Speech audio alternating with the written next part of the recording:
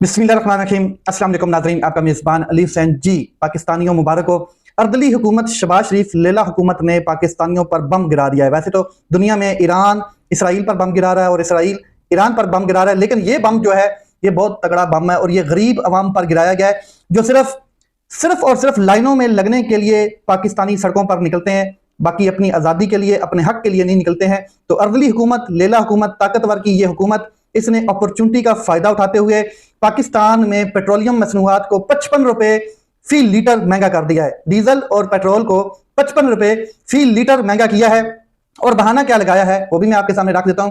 बहाना यह है कि जी दुनिया में जंग लग गई है और जो अबनाए हरमज है उसको बंद होने की वजह से पाकिस्तान में तेल की किल्लत हो गई है, क्योंकि जो तेल की सप्लाई है वो बंद हो गई है और पूरी दुनिया में कीमतें आसमान पर चली गई हैं। इस वजह से जनाब अर्दली हुकूमत ने भी तेल की कीमतें उठाकर आसमान पर डाल दी हैं। ये तारीख की बुलंद तरीन सतह है कीमतों की। मैं आपको बता दूं कि यही अर्दली शहबाज शरीफ जो हैं, जब इमरान खान की हुकूमत थी उस टाइम इतना शोर मचाते थे और जनाब वीडियो रिकॉर्डिंग करवाते थे कि कम से कम हुकूमत को 70 रुपए फी लीटर जो है वो पेट्रोल और डीजल कम करना चाहिए, इससे हुकूमत को कोई नुकसान नहीं होगा। ये जनाब की स्टेटमेंट होती थी। क्यों कि उस टाइम जो है इमरान खान साहब की हुकूमत जब इमरान खान साहब के पास आई तो तकरीबन 120 रुपए फी लीटर पेट्रोल और डीजल इमरान खान साहब को मिला, क्योंकि निगरान हुकूमत ने भी बीच में थोड़ा सा उसको बढ़ाया था। इमरान खान ने उसको लेकर गए 140 145 पर स्टक कर दिया, ज्यादा से ज्यादा 150 तक गया। वो भी उस दिन में उन दिनों में जब पूरी दुनिया में एक वबा फैली हुई थी, कोरोना वायरस चल रहा था और आलमी मंडियों में उस टाइम जो पेट्रोल और डीजल की फी बैरल कीमत थी वो थी 120 रुपए डॉलर। 120 रुपए डॉलर फी बैरल था।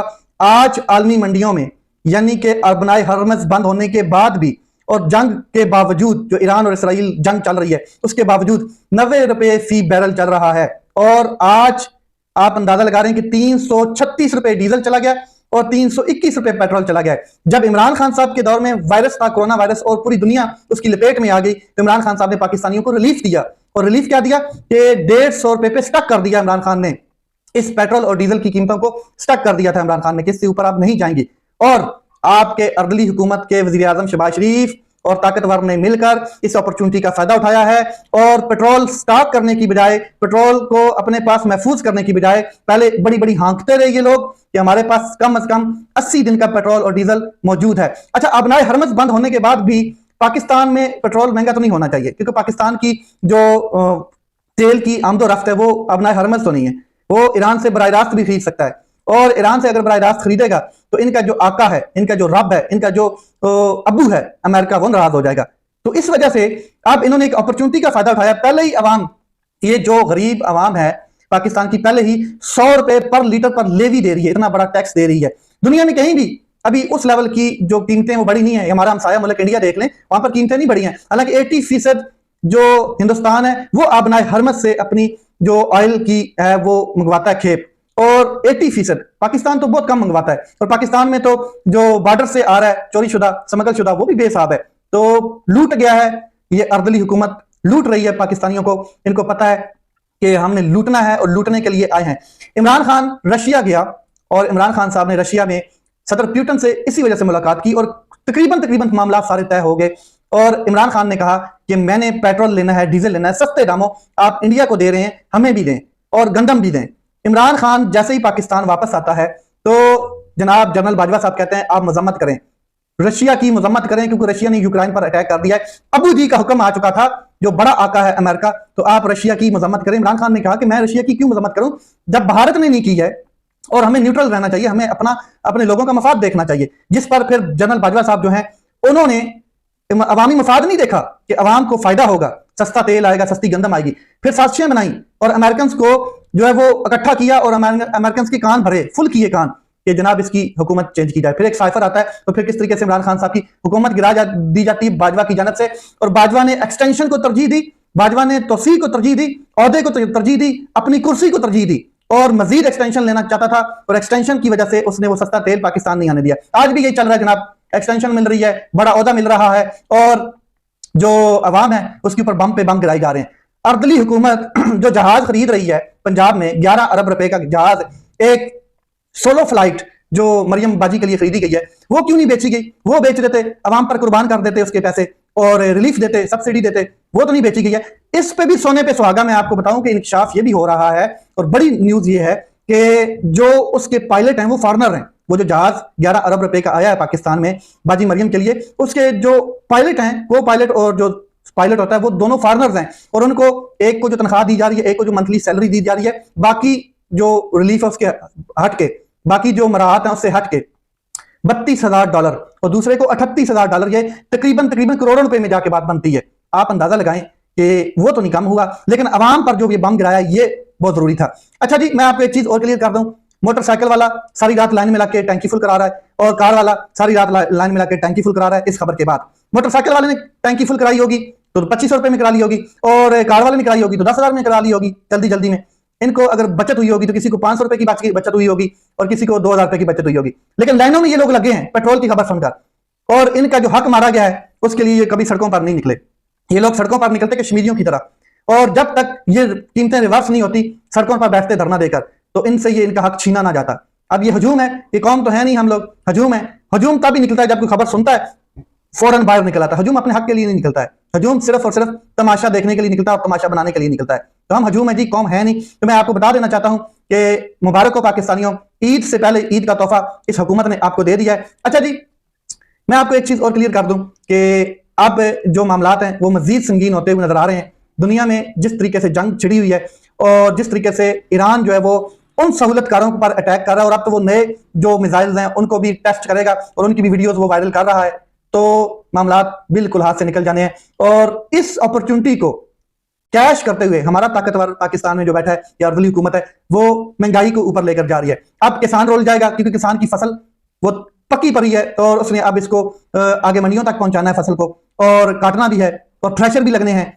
जो सब्जियां सस्ती थी वो अब महंगी होंगी, किराए महंगे हो जाएंगे, अवाम रुल जाएगी। 321 रुपए का पेट्रोल डलवाते हुए अवाम की बत्ती गुल हो जाएगी। तो ये मामला गरीब अवाम पर आके फटा है। अब चलते हैं पाकिस्तान के मकबूल तरीन लीडर की बात मैंने पहले भी की है कि उसने अवाम को कैसे जो रिलीफ दिया, हमेशा दिया। इमरान खान ने कहा था कि मैं तो बर्दाश्त कर लूंगा, और वो 2.5 साल से बर्दाश्त कर रहा है। आप नहीं बर्दाश्त कर पाओगे। और ये इमरान खान साहब की स्टेटमेंट बिल्कुल तगड़ी स्टेटमेंट थी। इमरान खान ने कहा था कि मैं तो बर्दाश्त कर लूंगा, आप नहीं बर्दाश्त कर पाओगे। अब पेट्रोल लो और झलो, आप पेट्रोल लो और पता लगेगा आपको, जो आप पेट्रोल मार्च के लिए निकलते थे कि 2 रुपए महंगा इमरान खान ने क्यों कर दिया है। अब बर्दाश्त करो या पास करो।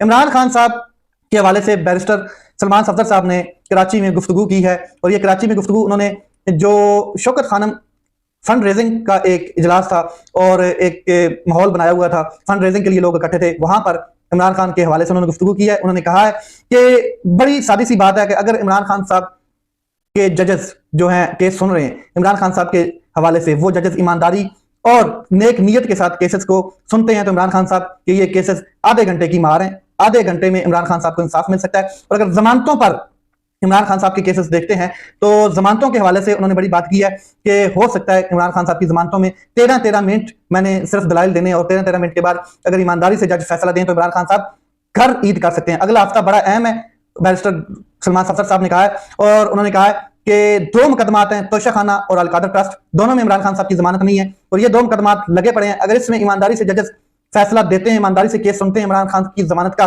तो 13-13 मिनट में इमरान खान की जमानत होगी और इमरान खान साहब घर में होंगे। नहीं, ऐसा नहीं है, इमरान खान साहब घर में नहीं होंगे, बल्कि 9 मई के किसी मुकदमे में डाल दिया जाएगा, GHQ का हमला केस में डाल दिया जाएगा। इमरान खान को ये लोग बाहर नहीं निकलने देंगे। ये लोग इमरान खान को तब तक बाहर नहीं निकलेंगे जब तक इनकी मर्जी के मुताबिक इमरान खान साहब इनसे बात नहीं करते, इनसे डील नहीं करते, तो इमरान खान डील नहीं करेंगे। जनाब असद तूर साहब ने बड़ी अहम खबर दी, और असद तूर साहब ने कहा कि इमरान खान साहब जो हैं उनसे जब डॉक्टर्स ने पिम्स में मुआयना किया तो डॉक्टर्स को इमरान खान साहब ने बड़ी बबांगे दौल गुफ्तगू करते हुए कहा कि बार बार पूछा कि मेरा जुर्म क्या है, मुझे 2 साल से जेल में रखा गया है, ये सब गीदड़ हैं। ये मैसेज ताकतवर के लिए था, ये सब गीदड़ हैं, मुझसे डरे हुए हैं, मैं इन गीदड़ों को और इनके सरदारों को नहीं छोड़ूंगा, मैं देख लूंगा। ये अल्फाज इमरान खान के जो थे, ये सुनकर जुबान से डॉक्टर बिल्कुल खामोश रहे और डॉक्टर्स ने कोई जवाब नहीं दिया। इमरान खान ने ये बात क्यों की है? ये एक्चुअली इमरान खान साहब मैसेज दे रहे थे, किन को दे रहे थे? वहां पर डॉक्टर्स के अलावा भी कुछ लोग मौजूद थे, ताकतवर के लोग भी मौजूद थे, इंटेलिजेंस के लोग भी मौजूद थे। तो इमरान खान साहब ने कहा कि इन गीदड़ों को मैं नहीं छोड़ूंगा। अच्छा, इमरान खान साहब कोई भी गुफ्तगू करते हैं तो वो टेप होती है, वो रिकॉर्ड होती है। इमरान खान साहब की गुफ्तगू अडयाला जेल में भी, और जो ताकतवर कर्नल साहब बैठे हैं वो बताते हैं अपने बड़े साहिब को कि जनाब ये इमरान खान तो ये बात कर रहा है, तो ये रगड़ा लगाएगा, फिर इस्तिस्ना भी लेते हैं और फिर बड़े बड़े कानून भी पास करवाते हैं। तो इमरान खान साहब ने ये कह दिया कि मैं एक बड़े कॉज के लिए इस अडयाला जेल में हूं और मुझे कोई फर्क नहीं पड़ता है, इस वजह से कि मैं अपनी कौम की हकीकी आजादी के लिए हूं, हाँ मैं इनको छोड़ूंगा नहीं। ये बात इमरान खान साहब ने की है। अब ताकतवर के अंदर एक और खौफ पैदा हो गया है और एक और नई कानून साजी हो गई है। पार्लियामेंट में बड़ी वारदात डाली गई है और एक कानून साजी की गई नैब तरमीमी ऑर्डिनेंस में। और उसमें मैं आपको बता दूं कि इमरान खान साहब के हवाले से जो केसेस हैं इस्लामाबाद हाई कोर्ट के बाद जो अपील है वो सुप्रीम कोर्ट ऑफ पाकिस्तान में डायरेक्ट नहीं लगेगी। पहले तो direct supreme court of Pakistan में जानी थी, अब आईनी अदालत में डाला गया है उसको कि आईनी अदालत में ये जाके लगे। और बैठा है सामने जस्टिस अमीनुद्दीन खान साहब। वो फैसला क्या देगा ये आप भी जानते हैं, मैं भी जानता हूं, पूरी कौम जानती है कि क्या फैसला देगा, किस लिए उसको लाया गया है। एक चीज। दूसरा, वो टेक्निकल चीजें देखेगा कि क्या टेक्निकल जो एक ट्रायल है उस पर उसको हक मिला है मुलजिम को या नहीं मिला, ये चीजें देखेगा। फैसला तो कहीं और होगा।